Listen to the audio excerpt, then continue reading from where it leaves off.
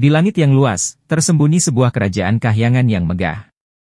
Di sana, seorang pangeran bernama Guruminda hidup dalam kemewahan. Ia tampan, cerdas, dan memiliki kekuatan besar. Namun, suatu hari, kesombongannya membuat para dewa murka. Sidang kahyangan digelar, wajah para dewa penuh ketegasan. Guruminda telah melanggar aturan kahyangan, suara seorang dewa menggema. Sebagai hukuman, ia akan turun ke bumi dalam wujud yang berbeda. Cahaya keemasan menyelimuti tubuh Guruminda. Ia merasakan kekuatannya hilang, tubuhnya mengecil, dan bulu hitam mulai tumbuh menutupi kulitnya. Dalam sekejap, ia berubah menjadi seekor lutung berbulu lebat. Matanya masih cerdas, tapi tubuhnya bukan lagi milik seorang pangeran. Dengan satu ayunan tangan para dewa, tubuhnya melayang turun dari kahyangan. Angin kencang berputar di sekelilingnya, awan-awan tebal berhamburan.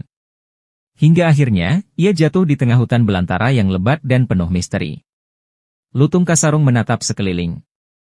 Pepohonan menjulang tinggi, suara burung hantu menggema, dedaunan berbisik tertiup angin. Kini, ia harus menjalani kehidupannya di dunia manusia, tanpa tahu bahwa takdir besar menunggunya di sana. Setelah dihukum oleh para dewa, Lutung Kasarung jatuh dari kahyangan. Tubuhnya melayang melewati awan-awan tebal, diterpa angin kencang yang berputar di sekelilingnya. Ia tidak lagi memiliki kekuatan seperti dulu, hanya tubuh seekor lutung dan pikiran seorang pangeran. Perlahan, ia mendekati bumi. Di bawahnya, terbentang hutan belantara yang luas.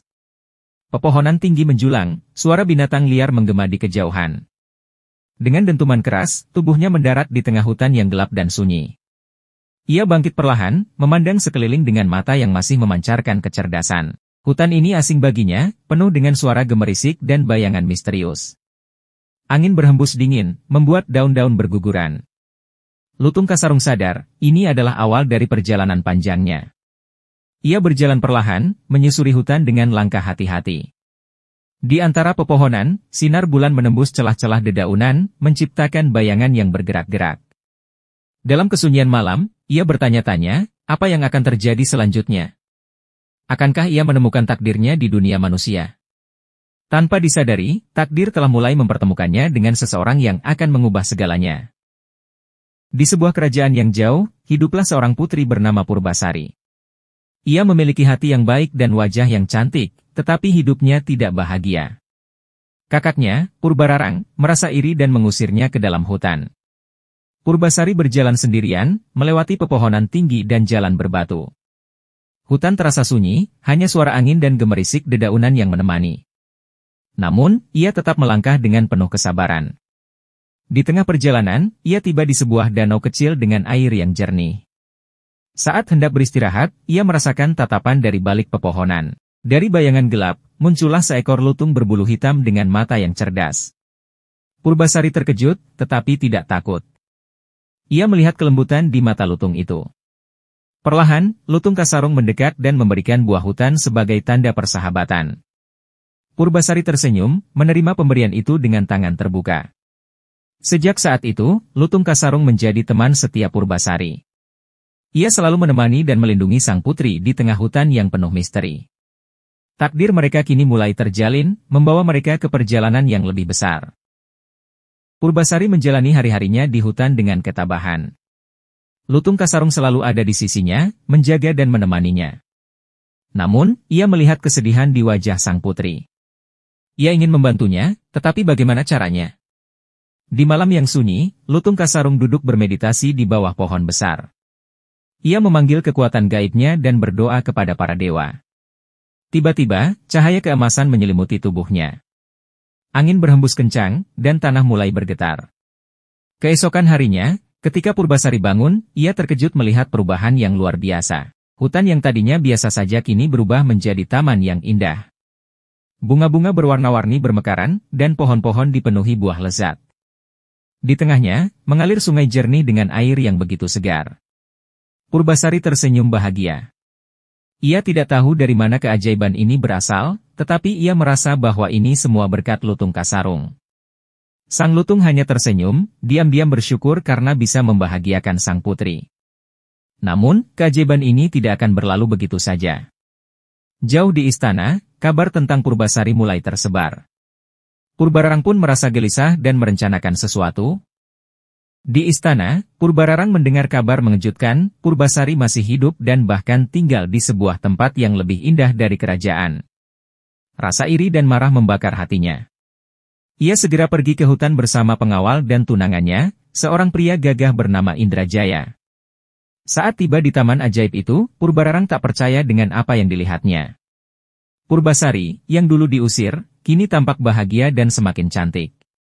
Dengan suara sinis, Purbararang menantangnya dalam berbagai perlombaan untuk membuktikan siapa yang lebih unggul. Pertama, mereka berlomba siapa yang memiliki rambut terpanjang dan paling indah. Anehnya, rambut Purbasari kini panjang dan berkilau, lebih indah dari rambut Purbararang. Tidak terima, Purbararang menantang perlombaan lain.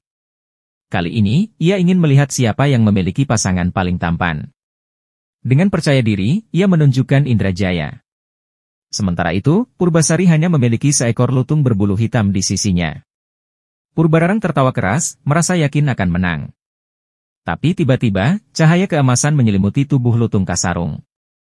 Angin berhembus kencang, dan keajaiban mulai terjadi. Cahaya emas yang menyelimuti lutung Kasarung semakin terang. Angin berputar kencang, dan suara magis memenuhi udara. Perlahan, tubuhnya berubah. Bulu hitamnya memudar, memperlihatkan sosok seorang pria tampan dengan jubah kerajaan. Semua orang terkejut. Purbararang membelalakan mata, sementara Indrajaya mundur dengan wajah pucat. Purbasari pun tak bisa menyembunyikan keterkejutannya. Pria itu tersenyum lembut. "Aku bukan lutung biasa," katanya. "Namaku Guruminda, seorang pangeran dari kayangan yang dikutuk." Namun karena ketulusan hati Purbasari, kutukan ini akhirnya hilang. Purbararang tidak bisa berkata-kata. Ia telah kalah dalam semua tantangan, dan kini, Purbasari memiliki pasangan yang jauh lebih tampan dan berwibawa dibandingkan Indrajaya. Menyadari kesalahannya, Purbararang akhirnya mengakui kekalahannya dan meminta maaf kepada adiknya. Ia sadar bahwa keangkuhan dan kecemburuannya hanya membawa kehancuran. Purbasari, dengan hati yang lembut, menerima permintaan maaf itu. "Kita adalah keluarga," katanya. "Yang penting adalah belajar dari kesalahan."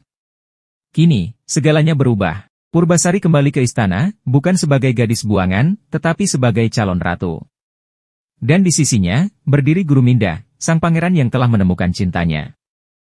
Sejak hari itu, Purbasari dan Guruminda memimpin kerajaan dengan bijaksana. Purbasari dikenal sebagai ratu yang adil dan penuh kasih sayang, sementara Guruminda menjadi pendamping yang setia. Purbararang, setelah menyadari kesalahannya, memilih untuk mendukung adiknya. Ia belajar bahwa kecantikan sejati bukan terletak pada rupa, tetapi pada hati yang baik dan perbuatan yang tulus. Indrajaya, yang dulu hanya mengejar kekuasaan dan kecantikan, akhirnya pergi dengan rasa malu. Ia menyadari bahwa kesombongan dan ketidaksetiaan hanya membawa kehancuran. Kerajaan pun hidup dalam kedamaian. Purbasari dan Guruminda membawa kemakmuran bagi rakyatnya. Mereka mengajarkan bahwa cinta sejati tidak melihat rupa, melainkan ketulusan hati.